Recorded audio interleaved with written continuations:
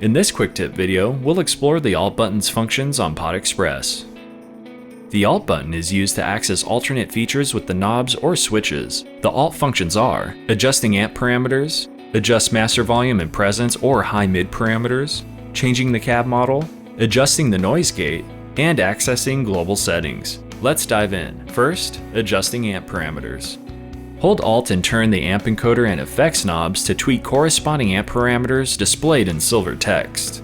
For PodExpress Guitar, hold both Alt and tap while turning the delay knob to adjust master volume and the reverb knob for presence. For PodExpress Black, use the modulation knob to adjust master volume and the delay verb knob for presence.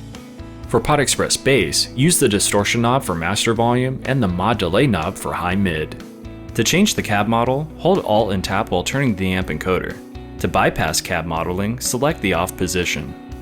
To adjust the noise gate, hold Alt and tap while turning the top two knobs to tweak decay and threshold. And finally, accessing global settings. Press and hold Alt and tap while pressing the amp encoder to enter global settings, where you can tweak external control, foot switch assignments, and USB trim. That wraps up this quick tip video. For more information, visit line6.com and subscribe to our YouTube channels for more in-depth videos.